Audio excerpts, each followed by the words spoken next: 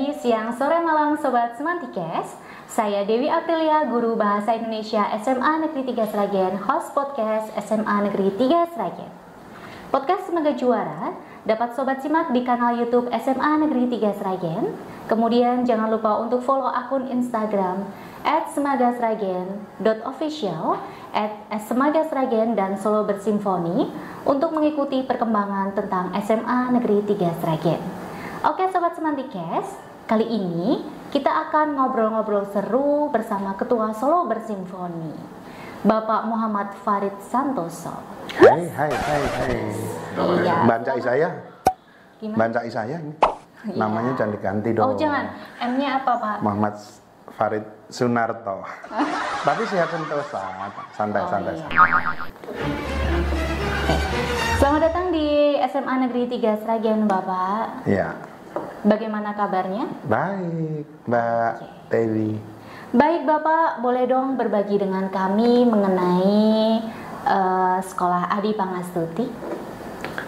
Sekolah di Pangastuti ya, Iya. yang program untuk SMA Negeri 3 Sragen. Baik. Bersama 13 sekolah yang lain di Jawa Tengah. Iya. Ini program istimewa karena ini program selama 6 bulan, di mana sekolah itu akan difasilitasi, didampingi oleh Solo Bersimfoni yang bekerja sama dengan ya Bappenas. Kita kerjasama dengan Bappenas atas dukungan namanya Australia Indonesia Partnership for Justice, program kedua. Nah, jadi program sekolah di Pangastuti itu satu program co-kurikuler, Mbak. Jadi enggak intra. Karena kalau kita kaji, intra itu kan harus masuk ke satu sistem proses belajar mengajar yang agak rigid ya. Iya. Kalau yang sekolah di Pangastuti ini santuy karena co-kurikuler. Oh, iya. Tapi juga bisa dikolaborasi dengan proyek. Misalnya proyek untuk kurikulum merdeka, sekolah merdeka, di mana di situ kan harus ada yang berbasis proyek, salah satunya proyek Bhinneka Tunggal Ika. Lah di situ kita bisa kolaborasi dengan program sekolah di Pangastuti, di mana program itu tujuannya untuk pencegahan intoleransi dan kekerasan lah katakanlah gitu, atau lebih tepatnya program untuk mendorong toleransi dan perdamaian. Oh, iya. Nah, gitu. Nah, saya pengen tahu ini Pak, bagaimana prosesnya sampai kemudian muncul nilai-nilai hastalaku yang diangkat oleh Solo Bersimfoni sendiri? Ya, ini menarik Mbak. Iya. Jadi kalau saya tanya ke Gen Z, Iya. anak-anak kita, anak-anak SMA, di mana mereka ketika kita tanya tentang nilai budaya atau cakar budaya, Iya. jadi belum ke nilai. Nilai itu kan sesuatu yang intangible. Kalau cakar budaya kan sesuatu yang tangible, bisa dilihat, bisa disentuh gitu. Iya. Kalau itu pun anak-anak lost interest. Jadi kalau kita tanya tadi, apakah kalian suka melihat ketoprak? Ngertinya bakmi toprak. Iya. Apakah kalian suka melihat wayang orang atau wayang kulit? Wayang orang hampir mereka nggak pernah lihat. Wayang kulit sekali waktu lah mereka ada yang lihat. Itu kan tangible. Belum lagi apakah kalian pernah pergi melihat destinasi budaya seperti Keraton Kasunanan Surakarta atau Pura Mangkunegaran? Mereka mengatakan yang sama sekali tidak. Artinya mereka nggak ada interest. Bisa dibayangin sesuatu yang tangible, mereka tidak interest. Apalagi nilai. Nilai ini kan sesuatu yang intangible. Tapi ingat, yang bisa merubah perilaku seseorang, di mana seseorang itu ketika berattitude, berbehavior perilaku atas dasarnya budaya, ini akan sangat sulit, lebih sulit. Nah, Solo Bersimfoni mengemas namanya hastalaku. Kenapa dikemas? Kan nilai-nilai di luaran sana, di luar 8 itu banyak, benar banyak. Tapi kita nggak akan berdebat ke situ. Karena kita hanya mempackaging nilai supaya Gen Z itu confirm bahwa hasta laku terdiri dari 8 perilaku. Iya. Itu atas riset kami Solo Bersimfoni bersama Universitas 11 Maret Pustapako menghasilkan hasta 8 laku perilaku nilai budaya Jawa, local culture values dari Solo. Gotong royong, guyub rukun, gerabyak semana, lembah manah, iwuh pekewuh, pangerten, andhap asor, tepo sliro.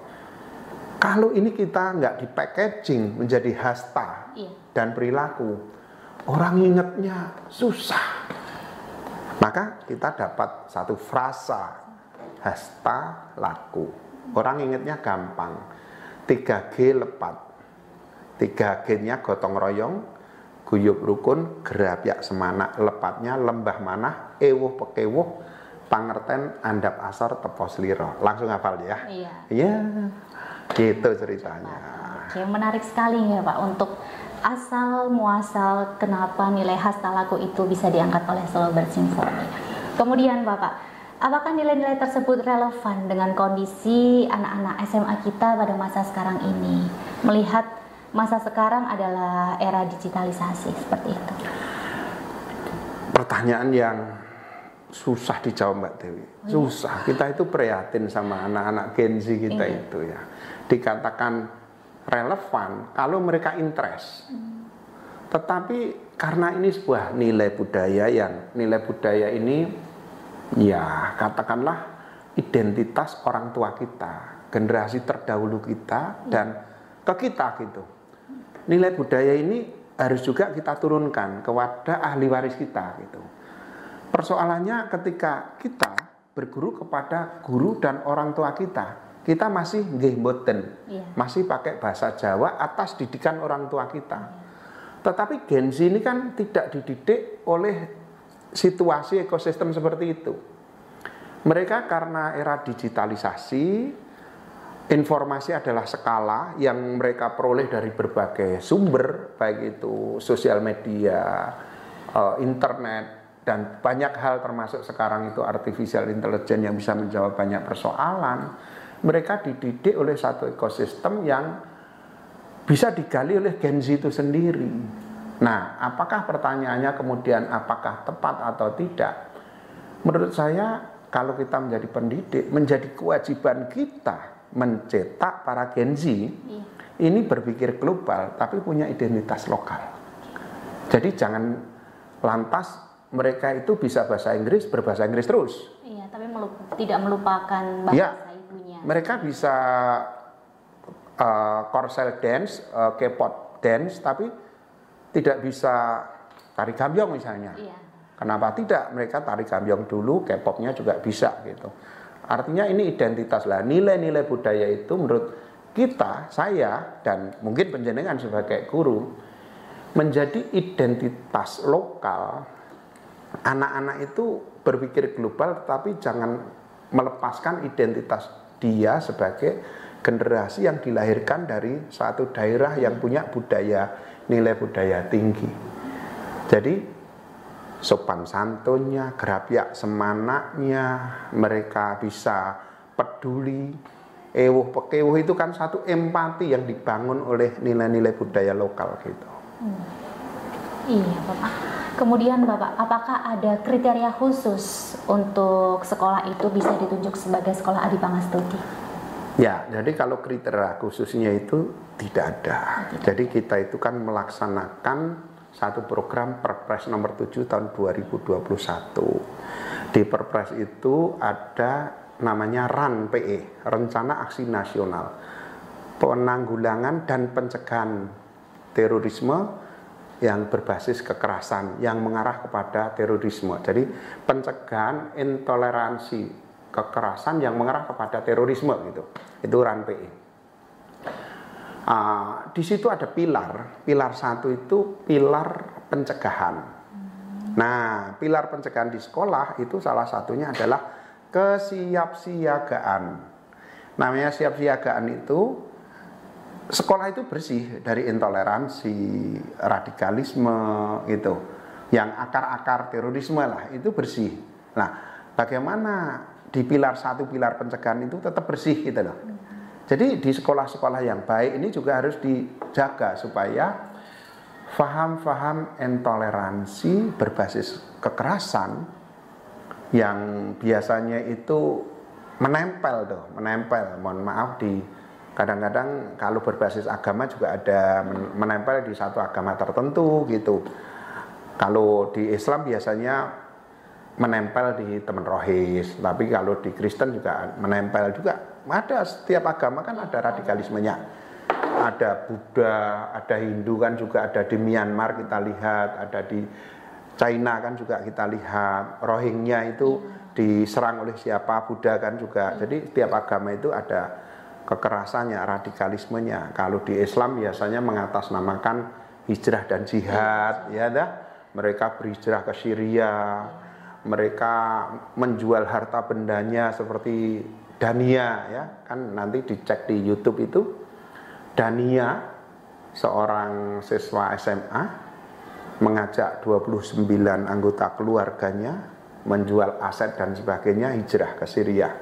Kan gitu, ada itu. Sekarang dia sudah kembali dan berkampanye supaya orang-orang generasi Gen Z, Gen Alpha tidak terpapar yang namanya informasi-informasi radikal, ya, supaya mereka melakukan kesiapsiagaan pencegahan seperti itu.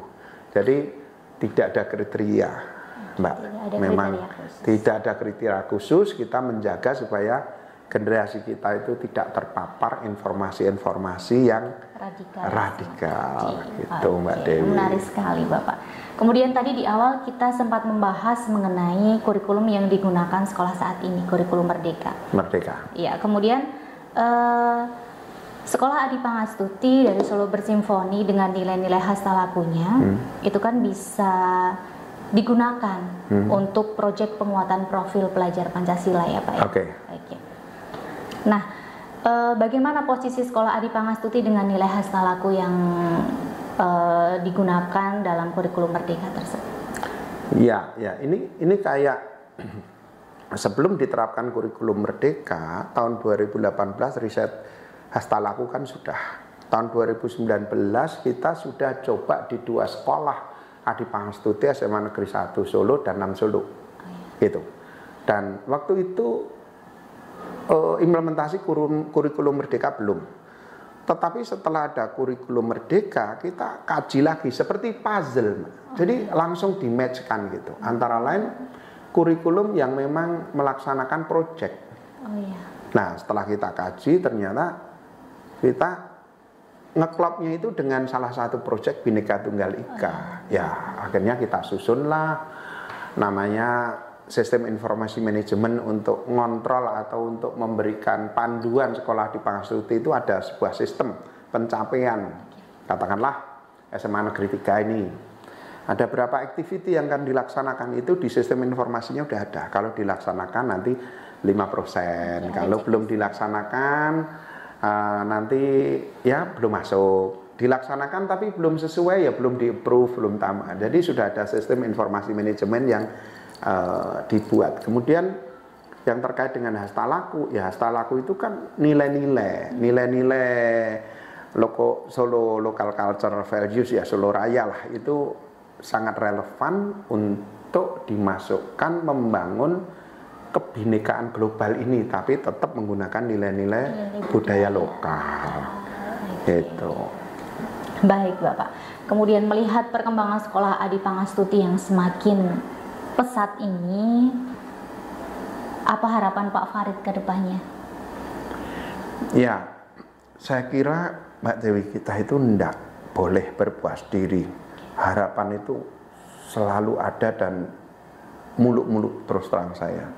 Tetapi harapan saya itu dihadapkan kepada satu situasi di mana Gen Z ini dihadapkan pada satu ekosistem teknologi digital yang kita itu tidak bisa memblokir.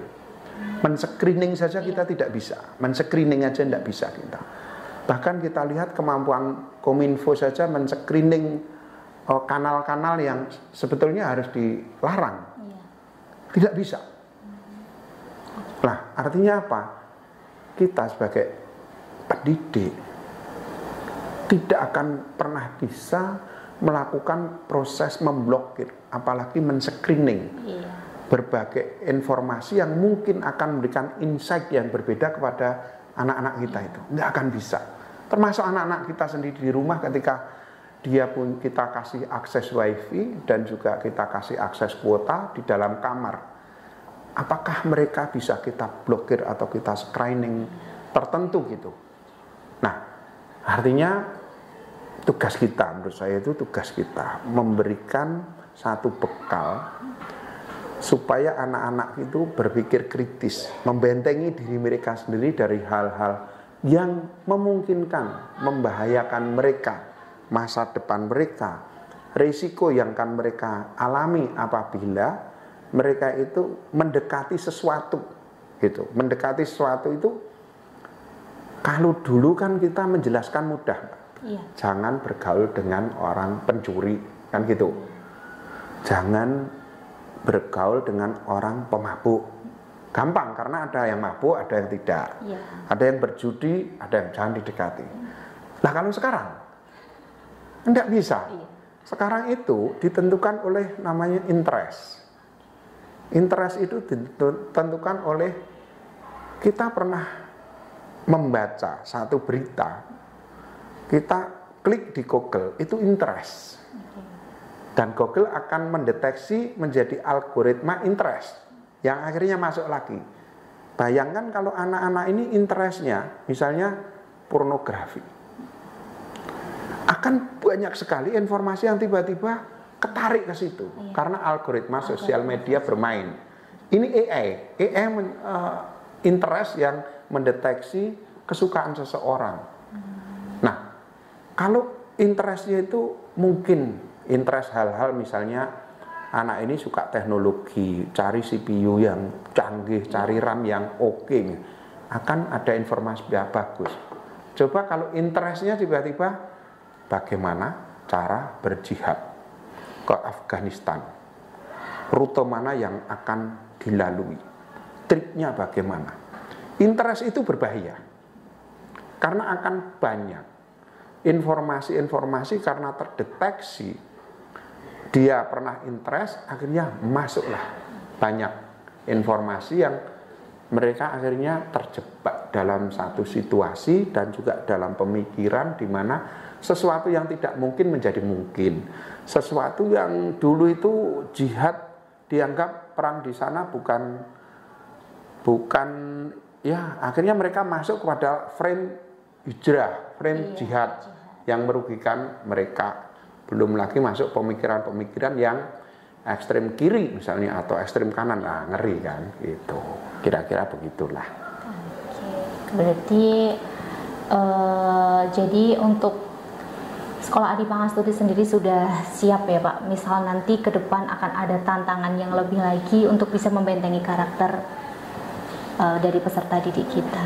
Ya, kita siap lah Mbak Dewi. Nanti sekolah ini juga akan kita jadikan mitra untuk kedepannya bagaimana kita bergaul dengan teknologi yang ramah, artificial intelligence yang bisa bermanfaat untuk office management, mengimbangi adik-adik Gen Z yang memang sebetulnya mereka akrab lah dengan AI untuk mempermudah pekerjaan rumah mereka, menjawab pertanyaan guru, dan membuat sesuatu mereka akrab. Tetapi ini harus dicerdaskan lagi dengan elaborasi beberapa AI yang mungkin bisa mengimbangi kecerdasan para Gen Z ini supaya guru juga memanfaatkan semacam kecerdasan buatan AI ini lebih ke produktif, mendukung produktivitas kantor, berkomunikasi dengan para Gen Z yang mereka memang luar biasa, Mbak. Mereka lahir ceprot itu punya 3M kemampuan itu. M pertama itu mereka langsung menguasai multimedia. Oh iya. Nggak ada yang ngajarin. Langsung tiba-tiba ya Pak ya? Tiba-tiba itu.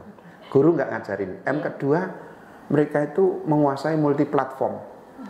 Kan siapa yang ngajarin mereka itu kecerdasan buatan? Oh, ChatGPT yang 3.5 bagus. Nanti tiba-tiba tahu mereka, oh Claude lebih bagus, oh apa itu ada Claude, ada Poe, ada macam-macam, ada Bing Ain bisa dipakai. Mereka itu bukan dari guru, tapi platform ini mereka pelajari sendiri, kayak tiba-tiba mereka keluar dari tanah meletek langsung pinter gitu loh. Yang ketiga, multitasking. Multitasking ini mereka bisa mengerjakan PR sambil nonton bola, sambil main game, nonton bola masih main game, sambil makan, bisa sambil nonton film juga. Nonton film. Jadi multitasking ini banyak kegiatan dilakukan oleh satu waktu. Dan ini generasi-generasi kita biasanya enggak, kalau ngerjain ini ya fokus. Kata orang tua kita, kalau ngerjain sesuatu yang fokus lah, mereka multitasking sejak lahir. Bisa semuanya, bisa semuanya.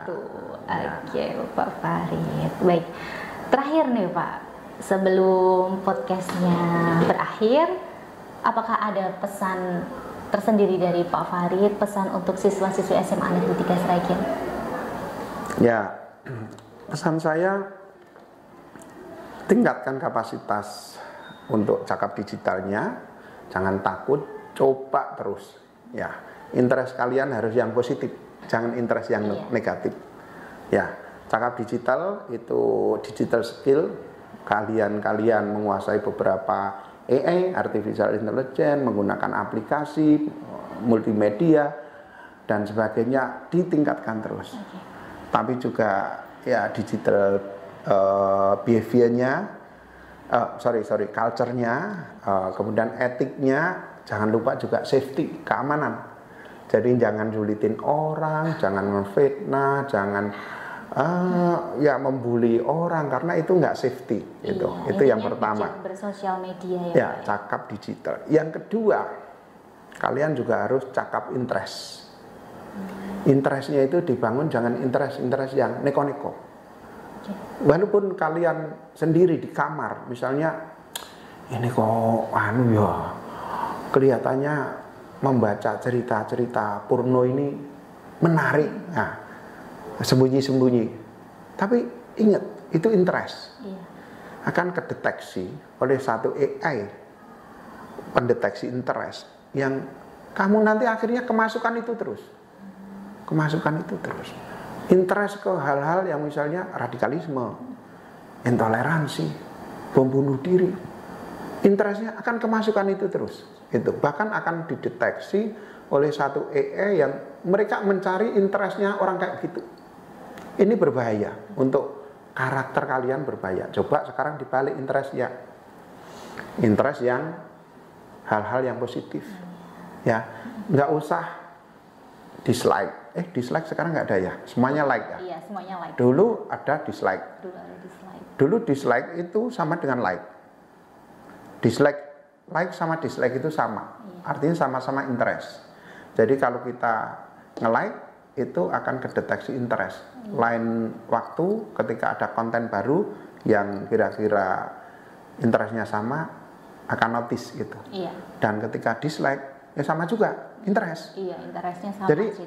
Jadi like dan dislike, suka dan tidak suka itu dalam konteks engagement sama-sama interest. Jadi kalau sama-sama interest ya interest yang bagus-bagus saja, supaya setiap hari, setiap saat itu kita itu dilingkupi satu ekosistem, suasana yang positif, menyenangkan, membangun, pembelajar gitulah Mbak Dewi, kira-kira begitu. Dua aja. Jadi mungkin itu saja Pak ya. Kemudian terima kasih kami ucapkan kepada Pak Farid yang telah berkenan hadir pada kesempatan kali ini. Jadi Sobat Semantikes, jadilah anak muda yang pintar, cerdas, dan bijak dalam bermedia sosial. Juga jangan melupakan nilai-nilai budaya kita, khususnya kita orang Jawa itu memiliki nilai khas talaku yang selayaknya kita terapkan dalam kehidupan sehari-hari. Benar Pak Farid? Benar. Meskipun saat ini kita sudah ada di era digitalisasi. Terima kasih Pak Farid atas waktunya. Mungkin nanti kapan-kapan kita bisa sharing lagi. Ketika Pak Farid berkunjung ke Sragen, bisa mampir ke ruangan podcast kita. Oke, Mbak Dewi dan sahabat Semantikes. Iya. Terima kasih. Sampai jumpa di podcast Semangat Juara selanjutnya. See you semuanya. Dadah dulu Pak Farid. Iya. Dadah, see you.